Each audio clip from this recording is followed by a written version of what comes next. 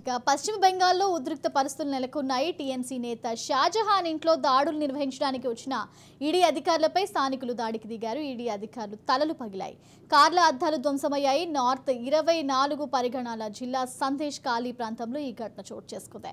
Ration కుంభకోణంలో సోదాలు నిర్వహించడానికి షాజహాన్ ఇంటికి ఎన్ఫోర్స్మెంట్ డైరెక్టరేట్ అధికారులు వచ్చారు. ఇది తెలుసుకున్న స్థానికులు అధికారులపై దాడికి దిగారు. రాళ్లతో వారిని వెంబడించారు. వారు వెంట వచ్చి పోలీసులు కూడా నిస్సహాయులుగా మారిపోయారు. గాయాల పాలైన ఈడీ అధికారులను స్థానిక ఆసుపత్రికి తరలించి చికిత్స అందిస్తున్నారు. పశ్చిమ బెంగాల్లో శాంతి భద్రతలు లేవని చెప్పడానికి ఇది ఉదాహరణ అని భారతీయ జనతా పార్టీ నేతలు ఎద్దేవా చేస్తున్నారు. ఇక పశ్చిమ బెంగాల్లో ఉద్రిక్త పరిస్థితులు నెలకొన్నాయి. టీఎంసీ నేత షాజహాన్ ఇంట్లో దాడులు నిర్వహించడానికి వచ్చిన ఈడీ అధికారులపై స్థానికులు దాడికి దిగారు. ఈడీ అధికారుల తలలు పగిలాయి, కార్ల అద్దాలు ధ్వంసమయ్యాయి. నార్త్ 24 పరగణాల జిల్లా సందేశ్ ఖాళీ ప్రాంతంలో ఈ ఘటన చోటు చేసుకుంది. రేషన్ కుంభకోణంలో సోదాలు నిర్వహించడానికి షాజహాన్ ఇంటికి ఎన్ఫోర్స్మెంట్ డైరెక్టరేట్ అధికారులు వచ్చారు. ఇది తెలుసుకున్న స్థానికులు అధికారులపై దాడికి దిగారు. రాళ్లతో వారిని వెంబడించారు. వారి వెంట వచ్చిన పోలీసులు కూడా నిస్సహాయకులుగా మారిపోయారు. గాయాల పాలైన ఈడీ అధికారులను స్థానిక ఆసుపత్రికి తరలించి చికిత్స అందిస్తున్నారు. ఇక పశ్చిమ బెంగాల్లో శాంతి భద్రతలు లేవని చెప్పడానికి ఇది ఉదాహరణ అని భారతీయ జనతా పార్టీ నేతలు ఎద్దేవా చేస్తున్నారు.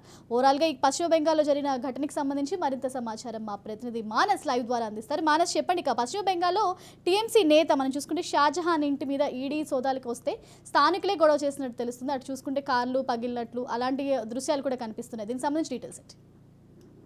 శ్రావ్య, ఈరోజు కాస్త స్వల్ప ఉద్రిక్త వాతావరణం అయితే నెలకొందని చెప్పుకోవాలి. పశ్చిమ బెంగాల్లోని నార్త్ 24 పరంగాస్లో ఏరియాలో టీఎంసీ నేత షాజహాన్ షేక్ పై ఈడీ రైడ్స్ అయితే నిర్వహించింది.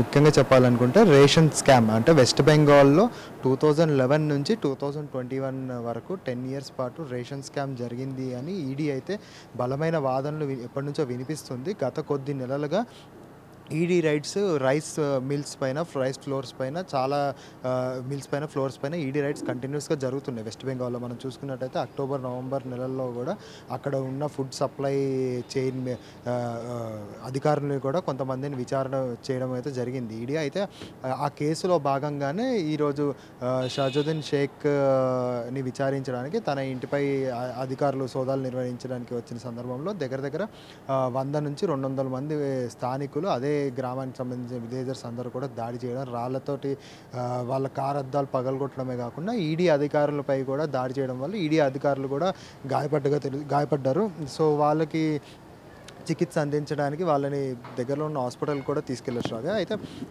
ఇది చూసుకున్నట్టయితే బీజేపీ దీనిపైన తీవ్రంగా స్పందించింది. ఎందుకంటే గత కొద్ది నెలలుగా కంటిన్యూస్గా ఈడీ రైడ్స్ జరుగుతున్నాయి. అందులో లిస్ట్లో ఉన్న వాళ్ళందరినీ కూడా విచారించడం వాళ్ళ బాధ్యత, విచారిస్తూ వెళ్తున్నారు. సో ఇందులో భాగంగా స్కామ్ ఎక్కడైతే ప్రూవ్ అవుతుందో వాళ్ళందరినీ కూడా అరెస్ట్ చేస్తారు.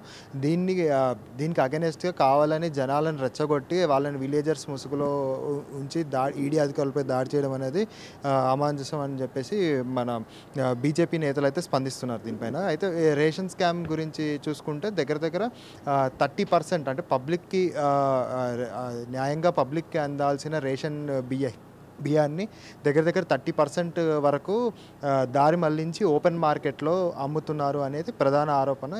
మరి ముఖ్యంగా చెప్పుకోవాలనుకుంటే రైతుల బ్యాంక్ అకౌంట్లని రైతుల బ్యాంక్ అకౌంట్స్ అన్నీ కూడా ఫేక్గా క్రియేట్ చేసి వాళ్ళ పేరు మీద ఇవన్నీ చేస్తున్నారు. కొంతమంది రైస్ మిల్లర్సే కలిసి ఇది దారుణానికి ఒడగొడుతున్నారు అనేది అయితే ప్రధాన ఆరోపణ. అయితే ఈ రైస్ మిల్లర్స్కి పర్సంటేజ్ వాటాలు అందుతాయి అన్న ఆలోచనతో దీని వెనకాల టీఎంసీ నేతలు, కొంతమంది ముఖ్య నేతలు కూడా దీని వెనకాల ఉన్నారని అయితే బీజేపీ ప్రధానంగా వాదన ఎప్పటి నుంచో వినిపిస్తుంది.